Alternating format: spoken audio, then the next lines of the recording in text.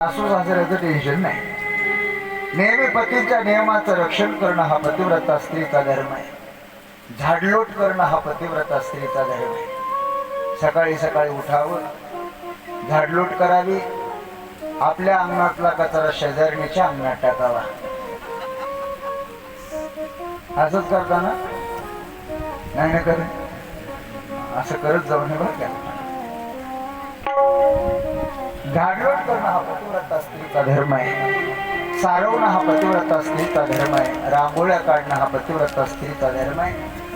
भांडी स्वच्छ ठेवणं हा पतिव्रता स्त्रीचा धर्म आहे. इंद्रियाचा संयम राखणं हा पतिव्रता स्त्रीचा धर्म आहे. मैना मातेनं त्या ठिकाणी पार्वतीला अशा प्रकारानं समजावून सांगितलं. पार्वती त्या ठिकाणी सर्व काही आपल्या आईची आज्ञा शिरोधार्य मानून त्या ठिकाणी पार्वती माता आता आपल्या सासरच्या दिशेने निघालेली आहे. सासू ससुर गुरु सेवा करहू, पती रुखलाई आयर तू अनुसर हो. वरात कैलास पर्वतावरती पोहोचवते. शंकराच्या एकात्मतेचं वर्णन करतात आणि भगवान शंकराला पार्वतीपासून जो मुलगा झाला तर कार्तिकाचा जन्म वर्णन करतात. कार्तिक म्हणजे पुरुषार्थ आहे. आणि भगवान गणेशाचा जन्म तो मात्र केवळ आणि केवळ पार्वती मातेपासून झाला असं त्याचं वर्णन करतात. तर त्यानंतर शिवांचे सुरस आणि सुंदर चरित्र ऐकून भारद्वाजांना फार आनंद झाला. पृथ्वी का कागज करू, लेखनी करू जिभराय, सात समंदर शाही करू, वर हरी गुण लिखा न जाय. याज्ञवल्क्य मुनी भारद्वाज मुनींना म्हणतात, भगवान शिवाचे सुंदर असणारं चरित्र,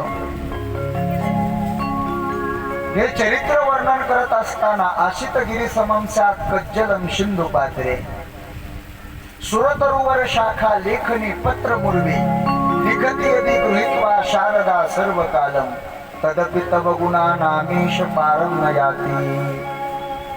पृथ्वीचा कागद केला, समुद्राची शाही केली आणि प्रत्यक्ष सरस्वती माता जरी ते भगवान शंकराचं चरित्र लिहायला बसली तरी देखील भगवान शंकराचं चरित्र लिहिणं होणार नाही. एवढं भगवान शंकराचं अलौकिक चरित्र आहे. याज्ञवल्क्यांनी भारद्वाज मुनींना भगवान शिवजींचं चरित्र सांगितल्यानंतर भारद्वाज मुनींना अतिशय आनंद झाला. भारद्वाज मुनी प्रेमामध्ये मग्न होऊन गेले. हे पाहून याज्ञवल्क्यांना आनंद झाला. भगवान शिवांच्या चरणकमली ज्यांना प्रेम नाही ते लोक श्रीरामचंद्रांना स्वप्नातही आवडत नाहीत.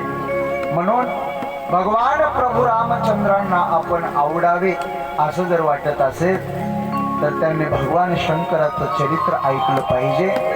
आणि म्हणून याज्ञवल्क्यजी म्हणतात की भारद्वाज मुनीला सांगतात, तुम्हाला भगवान श्रीरामाची कथा श्रवण करायची आणि म्हणून भगवान श्रीरामचंद्रांना जे भगवान शंकर आवडतात त्या भगवान शंकराचं चरित्र मी तुम्हाला वर्णन करून सांगितलं.